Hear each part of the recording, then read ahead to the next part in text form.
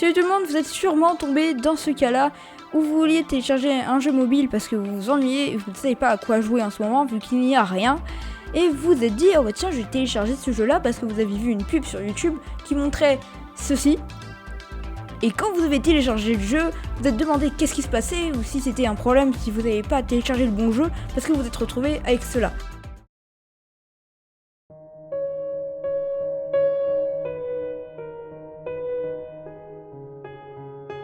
Oui, une petite différence s'impose et aujourd'hui je me suis dit pourquoi pas recréer la vraie pub sur Unreal Engine avec vraiment le vrai principe et je vous mets tout ça dans la description pour que vous puissiez y jouer.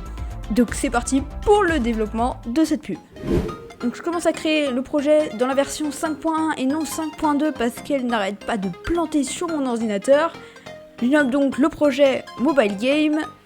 Je le mets en blueprint parce que le C++ je ne sais pas encore faire et j'appuie sur le bouton créer. Une fois le projet créé, j'importe donc un personnage de Mixamo, je teste tout ça, j'importe les animations qui vont avec, c'est-à-dire l'idle et l'attaque. J'importe tout ça sur Unreal Engine, je commence à faire le blueprint du personnage et je commence à faire les déplacements et les interactions avec le monde, c'est-à-dire en cliquant sur des objets pour que mon personnage se déplace dessus. Je mets donc bien évidemment un système qui fait qu'on peut attaquer, que le personnage va jouer une animation plutôt d'attaque quand il arrivera devant le cube qui est censé représenter l'ennemi.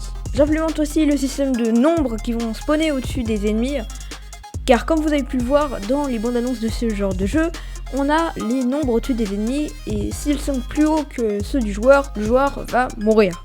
J'implémente aussi donc le même système que ça en mettant donc un système de mort pour le joueur. Donc ça veut dire que si le chiffre du joueur est plus petit que celui de l'ennemi, qui est représenté ici par un cube, le joueur va mourir. Par contre, si le joueur a un nombre plus grand que celui de l'ennemi, alors ce sera l'ennemi qui mourra. C'est bon, je vous ai pas perdu? Bon, continuons. Je vais ajouter donc un ennemi, mais un vrai, c'est-à-dire en chair et en os, dans mon jeu, grâce à Mixamo et ses animations. Donc j'ai choisi ce personnage-là, qui n'est pas forcément beau, mais c'est le principe. Et j'ai importé les animations qui vont avec pour que donc on ait une animation de mort pour le joueur, pour l'ennemi, et d'attaque pour les deux. Et voilà le résultat.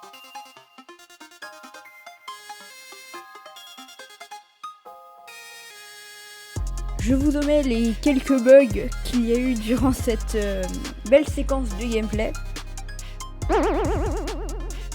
Mais voilà, ça c'était que le début. Et maintenant on va passer à la plus dure de la partie, c'est-à-dire la génération procédurale des nombres et des tours. Et je vais m'infliger de la souffrance. Donc je vais vous expliquer comment j'ai voulu procéder pour la génération procédurale des tours donc et des nombres. Donc tout d'abord, je ne vais pas créer les nombres et les tours en premier, mais d'abord créer une sorte de relation entre les nombres pour qu'ils soient dans un ordre précis et qu'ils soient tous coordonnés entre eux. Et ça, je peux vous dire, c'était très compliqué. J'y ai réfléchi des heures et des heures. Mais j'ai réussi grâce à ce grand et compliqué code qui m'a pris plus de 3 jours à être créé. C'était le plus gros code que j'ai fait, avec le plus d'algorithmie possible. Je vais pas tout vous expliquer parce qu'il y a énormément de trucs à dire. Et là, la vidéo durerait 50 minutes pour que je vous explique tout. Mais donc voilà, j'avais quand même réussi cette partie-là. Et le résultat était assez incroyable.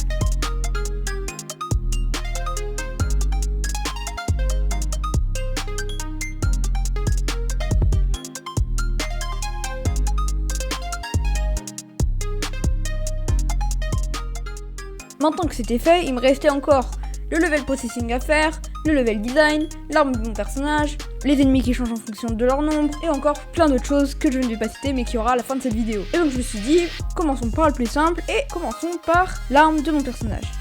J'ai donc pris un pack du Marketplace qui s'appelle Free Fantasy Weapon Sample Pack, qui est gratuit, et franchement c'était de très bonne qualité. J'ai donc ajouté une des armes au squelette de mon personnage et aux animations de mon personnage également. J'ai changé d'ailleurs les animations de mon personnage pour qu'elles soient plus réalistes en prenant donc d'autres animations de Mixamo et le résultat était franchement très plaisant. Vous l'avez peut-être vu, j'ai aussi fait tomber les corps des ennemis, ce qui rajoute un petit côté sympa au jeu, c'est-à-dire que plus ils sont hauts, plus ils tomberont en bas, donc ça peut être très rigolo. Je me suis dit aussi que ça pourrait être bien de rajouter une sorte de contour aux personnages auxquels on touche, Comme ça pourrait rajouter une sorte de côté plus du jeu mobile à mon jeu. Et grâce à Matasland, j'ai réussi à trouver comment faire. D'ailleurs, n'hésitez pas à aller voir sa chaîne, elle est super, il fait des tutos sur à peu près tout. Bref, le résultat marchait assez bien et franchement, j'étais assez content de moi.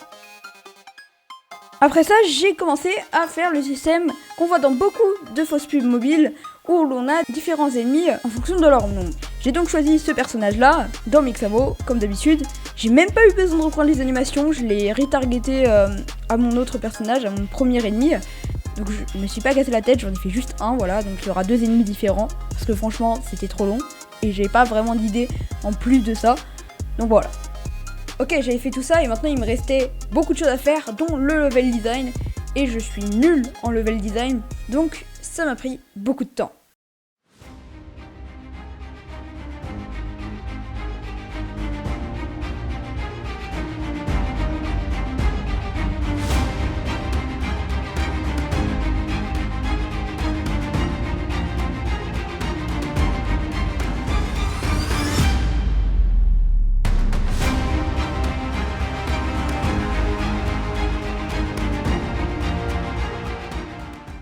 One eternity later.